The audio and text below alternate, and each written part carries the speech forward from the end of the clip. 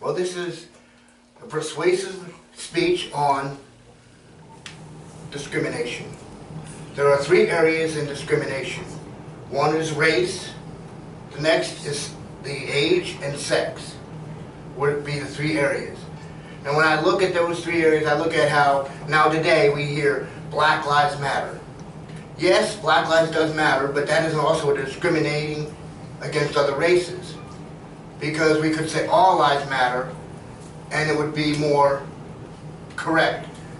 When we look at the age of somebody, I remember how Brother Bruce turned around and told me about when he got told he can't get, they're not going to give him a job because he's too old, he's too fat.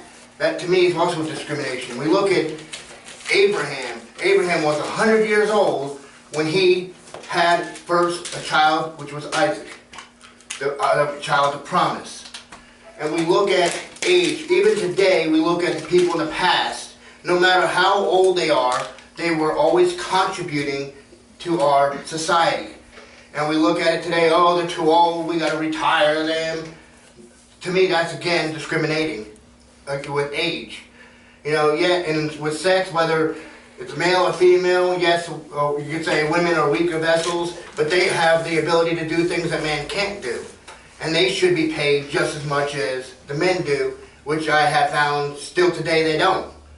Listening to the political debates. And so that would be also a point of discriminating. And we look at each other trying to figure out why is this going on. The reason why is basically there is a point of hate towards it. No matter what it is, there's hate. If we have love, we're not going to care about what race a person is. We're not going to care how old they are, because age is just a number. We're not going to care about what sex they are. You know, to me, this is what I'm looking at, discrimination. When I started studying for this persuasive speech on it, the topic, I was looking for how could we improve fighting this discrimination. One, start with thinking about all lives matter. Don't worry if it's red, yellow, black, and white, because the American Indians could have said, hey, we got a problem, we've been discriminated for years, centuries even. And they could rise up and say, Native Americans' lives matter. You know, but to me, they even realize that all lives matter. Most countries realize all lives matter. That's why they're not sitting there going with their area. Even now, you know, you look at it, you know, I told people about, it doesn't matter what race, you know, like some people said, oh, look at the Muslims. I said, I'm not speaking a word against them, because even though they're not the children of promise, they are still a descendant of Abraham. Their lives do matter too. And see, that's the point where most people don't realize is we got to start loving our enemies. As Christ said, love our enemies, do good to those. If we love our enemies, that means we're going to have to love everyone. Love is not an emotion, it's a commandment. When Christ said for us to love one another. And when we look at the age, so like some people say, look at a brother I have, Jonathan. He goes, they say, oh, maybe he's young, he's not able to do things because of his age. That would be discrimination. But you could look at him, he goes out and he does a lot of landscaping. He does a lot of yard work, planting, which a lot of people, men can't do because they're not given that gift. See, I know Brother Bruce, he's served the country. He's done a lot of things. He pastored most around the world. I don't know how many places, but he's pastored.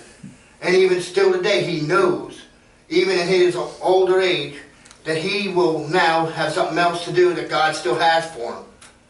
And see, that is when God is a perfect example of showing he doesn't discriminate. Even like you said, Abraham earlier. Abraham was 100 years old when he had his first child of promise. And then he had more after that. Age, you know, in this country, a lot of times when you're 65, they throw you out the door like you're useless.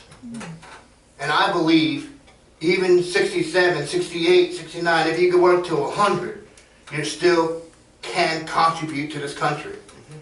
And that, you know, to me, I think a lot of people in this country is now thinking, oh, well, let's put all the work out of this country. Let other people do our work. Americans can't do it anymore, discriminating because of race. We don't have jobs because somebody else is doing it for us. You know, discriminating is, one word I would say is hate. You know, we look at it as a hate crime, but then how can you conquer hate?